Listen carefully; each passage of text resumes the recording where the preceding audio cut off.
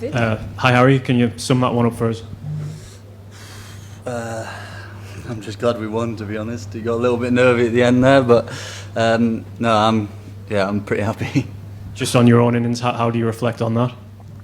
It's Baz is the mastermind there. He had a discussion with me this morning about going up the order and trying to maximise the power play, and thankfully it paid off. What was the reason? What was his thinking behind moving you up? Well, I think partly because of my past and history against Pakistan, but like I said, to try and maximise the power play and put them under pressure early on. I know we were losing wickets, but my job was still to try to go out there and put them under pressure throughout. Obviously, you must be delighted with it. Are you going to stay at number 3 for the rest of the tournament, do you think? Well, I don't know, yeah, that's something for me and Baz to chat about, but yeah, look, the longer I bat, the better it is for me, and it's a lot easier coming in it's a lot easier facing their best bowlers through the middle period when you're already set. From a personal point of view, how much did you sort of enjoy the innings? You know, obviously there's 165 chased, wasn't easy at times, especially with the loss of the early wickets. But you sort of kept going. How much did you enjoy the ball striking tonight? Yeah, it was a lot of fun. It's always a lot of fun scoring runs, and it's a shame we just can't do it every time.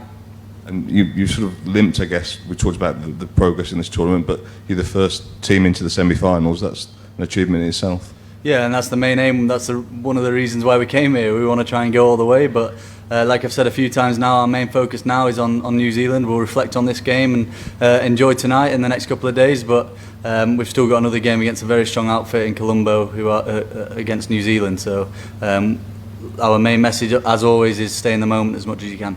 And can you just sort of talk us through your emotions in that sort of last 5 or 10 minutes of the innings after you got out? Because it was a bit of a nervy one. Yeah, I thought it was going to be another oval against India, but thankfully we managed to get over the line and Joff hit that boundary at the end. But yeah, it did get a little bit nervy there, and like I said, thankfully we got the win. Harry, you mentioned the oval, and I think Michael Vaughan said this week that you've maybe played some brilliant innings for England, but not necessarily like the big match-winning ones in the really biggest games. Is that fair, and are you pleased to put that behind you, if so?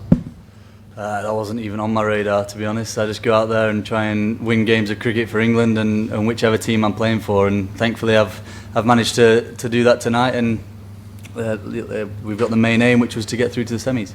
And after everything that's gone on this winter, if not today in general or like across the tournament at all, are you more motivated to really push it as a captain and as a leader to play those sort of cliche captain knocks? Yeah, it's probably been the hardest winter of my life, to be honest. There's been a lot of stuff behind the scenes, as well, not behind the scenes, but you know, and yeah, it's just nice to see some rewards for my hard work away from the ground. Harry, it was a 50-ball 100, but you ran 9 twos tonight. Tell us a little bit about that period of the game and what you were thinking. As you saw in our fielding innings, it was tough. It was tough to field on there with the bobble, and the outfield was actually really hard. So it was bobbling quite a lot, and thankfully I lost a little bit of weight a couple of years ago because I wouldn't have been able to run all them twos before. But no, we were just trying to put pressure on their fielders as much as possible, and that's something we've spoken about for the last few months. Harry, did you know that England are the first team to win, make the semis of the Men's T20 World Cup 5 successive times? So what does this mean as an England unit over the years, and what does this mean for this unit and the journey of this team?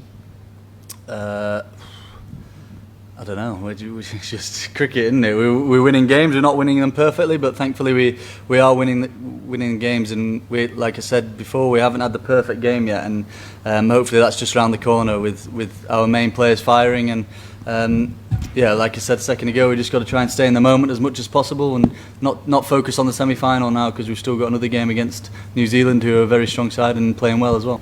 Was there a point as England were losing wickets early in the innings where you kind of thought, well, this is all on me now? And if so, does that kind of thought excite you?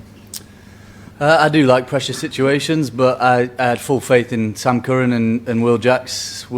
Jacks has had an amazing tournament so far. He's slid into that number 7 role and really well. He's been phenomenal. To have 3 man of the matches already is awesome. So I had full faith in them guys, and then obviously Jamie Overton, who can smack the ball miles at the end. It didn't come off tonight, but I knew that there was going to be a few lads that could stick around with me and anchor the role with me. And there were a few mistakes in the field from both sides, but you dropped a catch yourself, and you looked pretty annoyed with yourself when you did. Did that add further kind of fuel, motivation for you when you came out? No, I hate dropping catches, and I don't drop many, so I was pretty annoyed with that. But no, that didn't really have a difference to me. I knew that the chase was always going to be a little bit tricky, but yeah, thankfully we got a few partnerships in there. Did you feel... It felt like England gave a few runs away in the field, but were you happy with the target you were chasing at?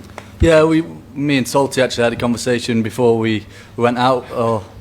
Just before we went out, he said that they were under par, and I agreed. And it did get a little bit dewy, so it was sliding on a little bit better. It wasn't holding in the pitch as much, but yeah, we were confident going out there. Hi Harry, is that the best white ball innings you've ever played in your life?